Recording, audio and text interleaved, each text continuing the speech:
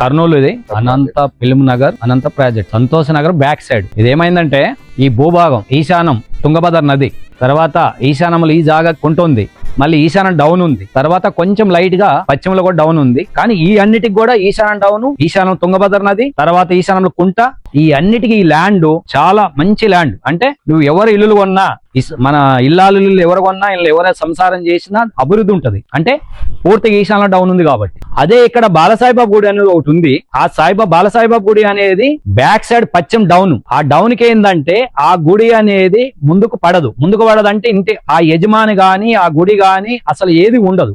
అంటే అక్కడ అట్లా ఉంది ఆ వాస్తు. అదే ఈ ఏంచరికి ఏంటంటే ఈశాన్యం డౌను, ఈశాన్యం కుంట, తుంగభద్ర నది, ఈ ఏంచరికి మంచి స్థలం బలం ఉంది. అంటే ఎవరు ఇక్కడ ఇల్లాలు కొనుక్కొని కట్టుకున్నా ఎవరైనా ఉన్నా ఇక్కడ అందరికీ అభివృద్ధి అవుద్ది కానీ ఎలాంటి ఇబ్బంది ఉండదు. అంటే పూర్తిగా మీకు ఈశాన్య డౌన్ ఉంది కాబట్టి, ఈశాన్య నది ఉంది కాబట్టి, ఈ కర్నూలు కూడా ఏముందంటే తుంగభద్ర నది ఉత్తరం నది ఈశాన్యం పారుతుంది. ఈ కర్నూలు కూడా పూర్తిగా అభివృద్ధి ఉంటది. ఏదైనా చిన్న సినిమా తీసినా, చిన్న బిజినెస్ పెట్టినా ఫుల్ సక్సెస్ ఉంటది. ఒక సీరియల్ తీసినా, సినిమాలు తీసినా, ఏదైనా సరే ఈ కర్నూలు అంత డెవలప్ ఉంటది. ఏంటంటే తుంగభద్ర నది అనేది ఏంటంటే తుంగభద్ర నది ఈశాన్యంలో పారుతుంది.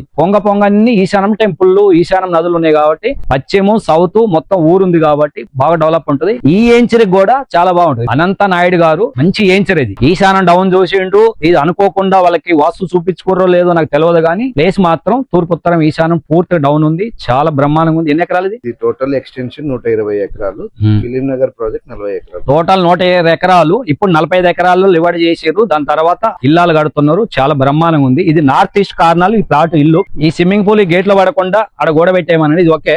ఈ రెండే నడకలు నడవాలి ఆ ఇంట్లోకి పోవడానికి. తూర్పు ఉత్తరం కార్నాలు అంటే చాలా బ్రహ్మాండంగా ఉంటది. ఇది షెడ్ చేసిర్రు. షెడ్ చేయాలా, ఈ గోడ పెట్టాలి, ఆగ్నం క్లోజ్ చేయాలి.